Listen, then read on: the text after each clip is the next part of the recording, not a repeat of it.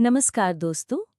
जरा सोचिए, 18 साल की उम्र में जब बाकी लोग पढ़ाई और मौज मस्ती में लगे थे, उसी उम्र का एक लड़का फांसी के फंदे को हंसते हंसते चूम लेता है। उसकी आखिरी ख्वाहिश आम खाना थी और आखिरी शब्द थे वंदे मातरम।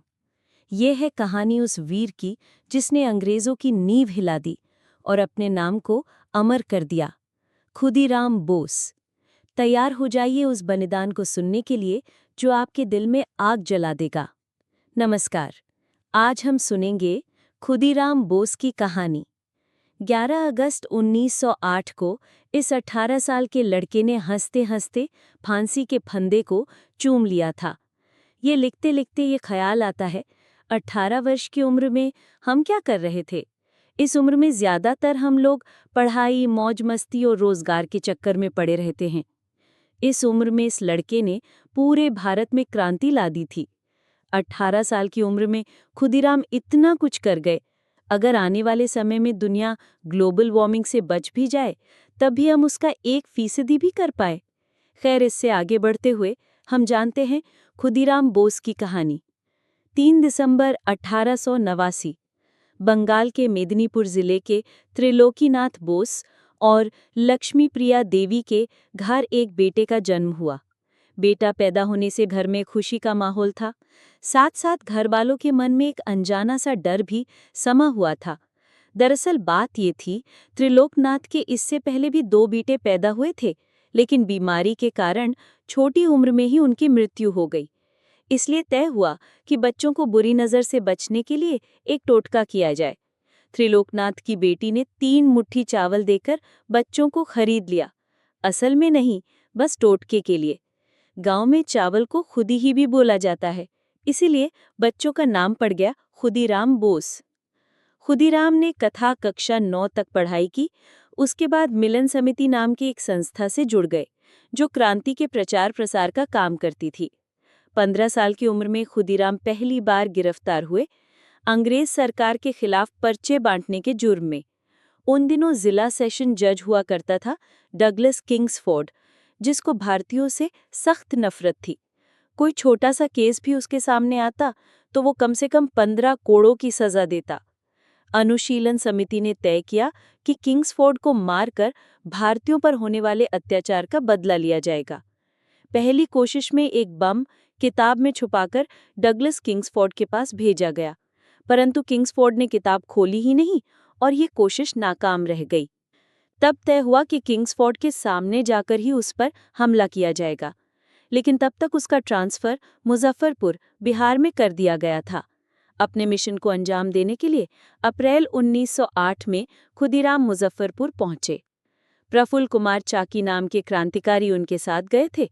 वहां पहुंचकर दोनों ने मोती झील इलाके में एक धर्मशाला में किराए पर कमरा लिया, जिसका मालिक एक बंगाली जमींदार था। उन्हें लगा 2 बंगाली किसी बंगाली के धर्मशाला में रहेंगे, किसी को ज्यादा शक नहीं होगा।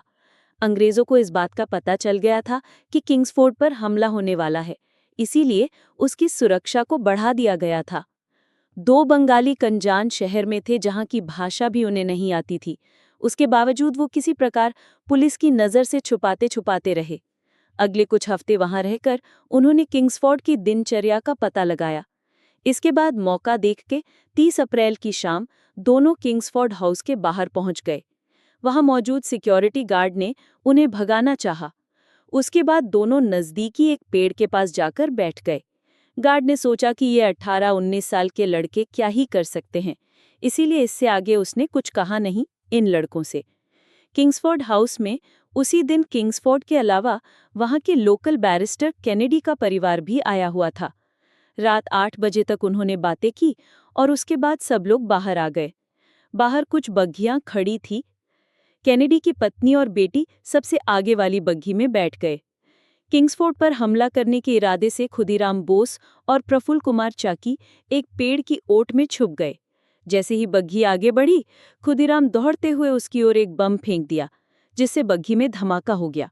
खुदीराम को लगा कि वो अपने मिशन में कामयाब हो गए हैं, पर जिस बग्घी में बम फेंका गया था उसमें किंग्सफोर्ड था ही नहीं। बग्घी में कैनेडी की पत्नी और बेटी बैठ थे, जिन दोनों की हमले में मौत हो गई। जैसे ही बम धमाका हुआ, खुदीराम और प्रफुल्ल चाकी वहां से भागे। दोनों को शहर में कोई पहचानता नहीं था, इसलिए संभव था कि वो वहां से निकल जाएंगे। लेकिन भारत के क्रांतिकारी और चादरों की न जाने क्या दुश्मनी थी। काकोरी ट्रेन की लूट में किस तरह एक चादर ने क्रांतिकारियों को पकड़वा गया, यहाँ भी कुछ ऐसा ही हुआ। दोनों युवा लड़के थे, इस काम का ज्यादा अनुभव नहीं था कि भागते कैसे हैं। उस दिन गलती से उनकी चादर किंग्सफोर्ड हाउस के बाहर छूट गई। बाद में पुलिस के हाथ लगे जब तलाशी हुई। लड़के की उसी रात पुलिस ने सारे शहर में मुनादी करवा दी कि 2 बंगाली लड़के हत्या के जुर्म में फरार हैं। जो इनकी खबर देगा उनको 5,000 रुपये का इनाम दिया जाएगा।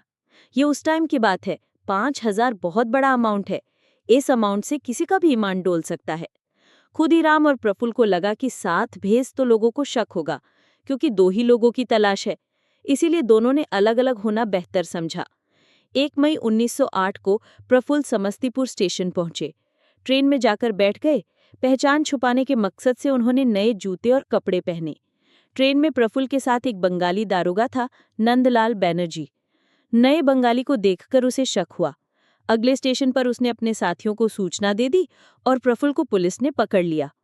पुलिस प्रफुल्ल को ले जाने की तैयारी कर रही थी कि उन्होंने हाथ छुड़ाया और भाग निकले। उन्होंने पुलिस कांस्टेबल पर कुछ गोलियां भी फायर की। इसके बावजूद वो भाग नहीं पाए। जब उन्हें समझ में आ गया कि वो भाग नहीं पाएंगे, तो उन्होंने इसीलिए रिवॉल्वर से खुद को गोली मार ली। प्रफुल्ल ने नंदलाल बैनर्जी को अपना नाम दिनेश चंद्र बताया था। उनकी पहचान करने के लिए उनका सर काटकर बंगाल भेजा गया, ताकि ये पक्का हो सके कि ये वही प्रफुल्ल कुमार हैं। उधर खुदीराम रेलवे ट्रैक पर चलते चलते पूसा के पास रेलवे स्टेशन पहुंचे। अब तक वो लगभग 30 किलोमीटर चल चुके थे। थके हुए और प्यासे स्टेशन पर जैसे ही वो पानी पीने के लिए पंप के पास पहुंचे, पुलिस ने उन्हें चारों तरफ से घेर लिया। उनके पास बंदूक भी थी, लेकिन वो इतना थक चुके थे कि वो उस वक्त कुछ कर नहीं पाए। पुलिस उन्हें पकड़कर मुजफ्फरपुर पुलिस स्टेशन ले गई। उनकी गिरफ्तारी की खबर चारों तरफ आग की तरह फैल गई। किसी को यकीन नहीं हो रहा था कि 18 साल के एक लड़के ने किस अंग्रेज अफसर को मार गिराया है। पुलिस स्टेशन पहुंचकर खुदीराम जैसे ही पुलिस वैन से निकलते हैं, वो जोर से चिल्लाते हैं, वंदे मातरम। 13 जून 1908 को इस मामले में फैसला सुनाते हुए जज ने उन्हें फांसी की सजा सुनाई। जज भी हैरान था। मौत सामने थी, पर उस 18 साल के लड़के के चेहरे पर कोई शिकन नहीं थी। फैसला देने के बाद जज ने पूछा, क्या तुम फैसले को समझ गए? इस पर खुदीराम कहते हैं, हाँ, पर मैं कुछ कहना चाहता हूँ। जज ने कहा, मेरे पास इसके लिए कुछ वक्त नहीं है। इसके बाद खुदीराम ने कहा, अगर मुझे मौका दिया जाए तो मैं ये बता सकता हूँ कि मैंने बम बनाया कैसे। वहां खुदीराम बोस को मौत की सजा दी जा रही थी। वो इस फिक्र में थे कि बम बनाने का फॉर्मूला ज्यादा से ज्यादा लोगों तक पहुंचे, क्योंकि प्रेस आई थी। उसके बाद खुदीराम बोस ने अपने वकील से कहा कि चिंता मत कीजिए, पुराने समय में राजपूत औरतें जौहर कर लेती थी, मैं भी बिना किसी डर के अपनी मौत को स्वीकार कर लूंगा। मौत से इस कदर बेतकल्लुफी थी कि जेलर आखिरी इच्छा पूछने सामने आया तो खुदीराम ने उससे भी मस्करी की। जेलर ने आखिरी इच्छा पूछी तो खुदीराम ने कहा, आम मिल जाए तो अच्छा लगेगा। जेलर ने आम लाकर खुदीराम को दिए और वापस आकर देखा तो आम वैसे के वैसे थे। जेलर ने पूछा कि आम जब खाने नहीं थे तो आपने मांगे क्यों? खुदीराम ने जवाब दिया, वो आम खा चुके हैं। जेलर ने जाकर गौर से देखा तो गुठली को इस तरीके से आम से निकाल दिया गया था कि आम सबूत ही लग रहा था।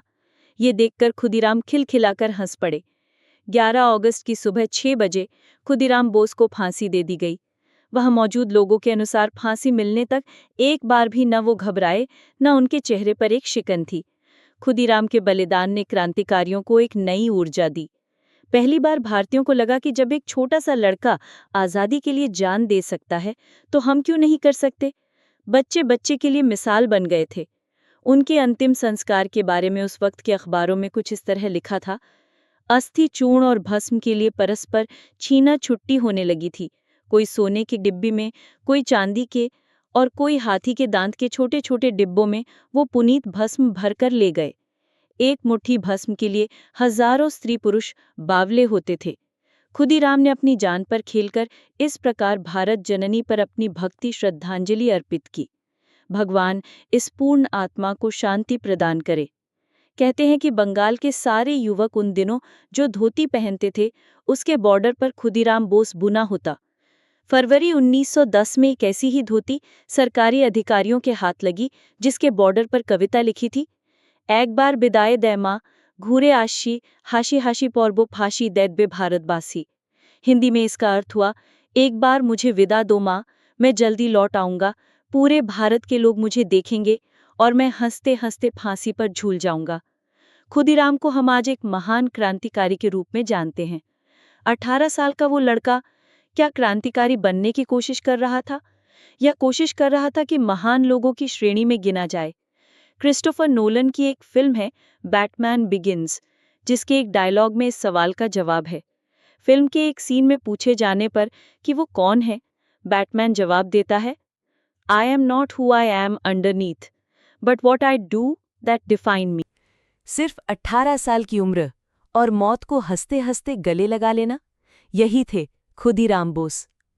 आज सोचिए, जब हम जिंदगी की छोटी छोटी मुश्किलों से हार मान लेते हैं, तो ये नौजवान हमें सिखाता है कि देश और अपने सपनों के लिए जीना और मरना ही सच्चा साहस है। खुदीराम ने अपने लहू से भारत की आज़ादी की नींव रखी थी और हमें याद दिलाया कि हीरो वो नहीं होता जो सिर्फ जीतता है, हीरो वो है जो अपने कर्मों से अमर हो जाता है। दोस्तों, अगर इस कहानी ने आपके दिल को छू लिया है, तो इसे औरों तक जरूर पहुंचाइए, क्योंकि जितनी बार खुदीराम की गाथा सुनाई जाएगी, उतनी ही बार भारत माँ की मिट्टी और पवित्र हो जाएगी। वंदे मातरम।